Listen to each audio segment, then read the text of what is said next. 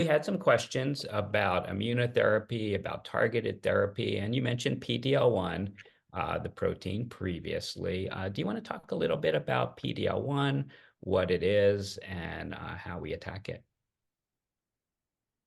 Yes, a PD-L1 test, it's measuring what percentage of your lung cancer's tumor cells express the protein called PD-L1. This is a marker that research has shown can be associated with the degree of benefit that patients can derive from immunotherapy. Immunotherapy is one of the three major buckets of medications that we reach for in lung cancer. So one bucket is chemotherapy. That's the oldest form of treatment for lung cancer. Second bucket is targeted therapy.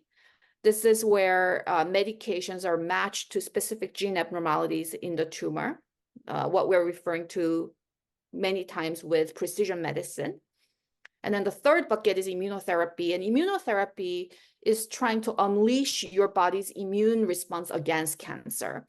And so it's trying to boost the body's ability to identify cancer cells as something that doesn't belong and to destroy them. And immunotherapy is often administered intravenously like chemotherapy, but the two classes of medications have really distinct side effect profiles.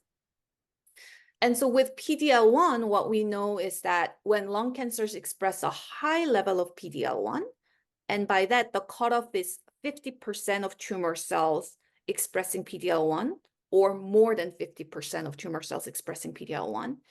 For those lung cancers, there's a significantly higher likelihood of response to immune checkpoint inhibitors. Examples being drugs like pembrolizumab, nivolumab, atezolizumab, and so on. And so for you, let's say if your biomarker testing comes back showing that there's no targetable gene alteration, but there's a high level of PD-L1, then the standard first treatment that your doctor will discuss may be immunotherapy by itself because of that high level of PD-L1, or sometimes your doctor will still discuss adding chemotherapy to immunotherapy to try and get at a faster and greater magnitude of response.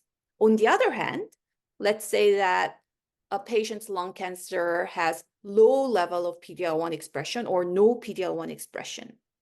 Then our confidence in using immune checkpoint inhibitors by themselves without chemotherapy becomes lower because the likelihood of benefit is lower. And so in those cases, our recommendation for initial treatment will almost always be adding on chemotherapy to immunotherapy as long as we think your body can tolerate the side effects of chemotherapy.